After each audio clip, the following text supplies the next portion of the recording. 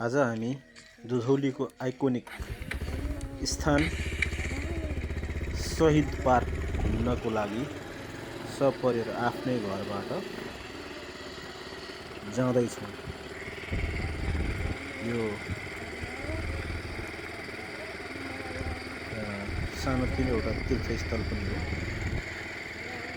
जहाँ चाहिँ दुधौली लेखिएको आइकोनिक एउटा ब्लकहरूको आइकोनिक छ। त्यो सबैले परैबाट देखिन्छ, राजमार्गबाट मदन भण्डारी राजमार्ग हामी आइपुग्न लाग्यौँ। यो अगाडि देखिएको मानिसहरू हेर्दै गरेको र अर्को जाँदै गरेको यो ठाउँ मदन भण्डारी राजमार्ग। हाम्रो घरबाट करिब 200 मिटर अगाडि पऱ्यो। अब हामी यहाँबाट पश्चिमतर्फ जाँदैछौँ। यो मदन भण्डारी राजमार्ग खासै व्यस्त सडक होइन, किनभने अहिलेसम्म सरकारले यो जसलाई ठेक्का दिएको छ र उसले त्यो चाहिँ पूर्ण गरेको छैन र यो खुलेको छैन। यो राजमार्ग पूर्ण गरेको छैन।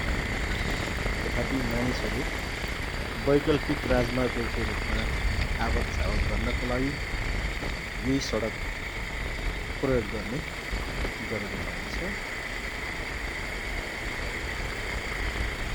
अहिले पूर्व पश्चिम जान आउन यो सडक अत्यन्तै सहज भएको बुझ्न सकिन्छ।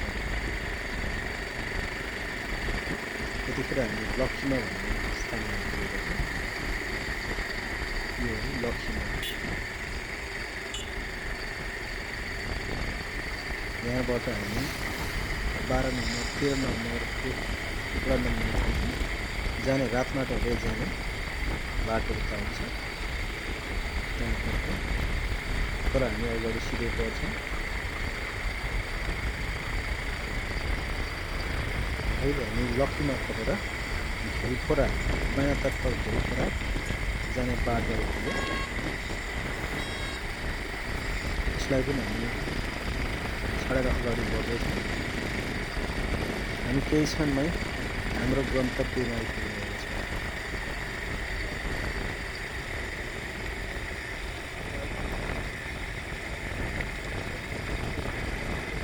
यहीँबाट देख्न सकिन्छ मानिसहरूको जाने आउने, कोही पैदल कोही सवारी साधन।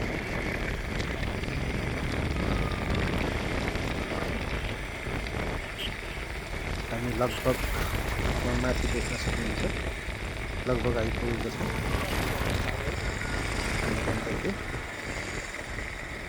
माथिदेखि दुधौलीको आइकोनिक देखिएको ठाउँ।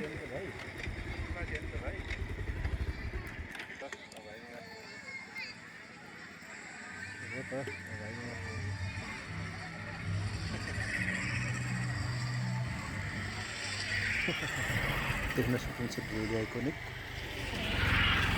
अनि सँगै भव्य भगवान् शिवजीको प्रतिमा।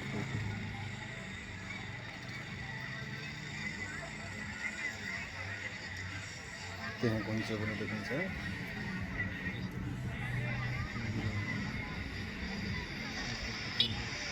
अहिले भने यस स्थानमा आन्तरिक पर्यटक बढी आउने गरेको छ।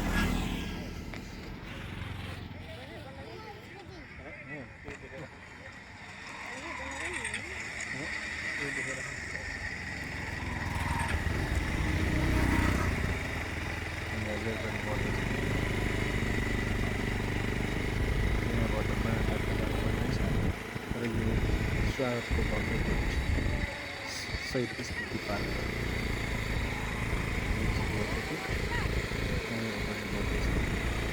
यसरी हामी करिब गन्तव्य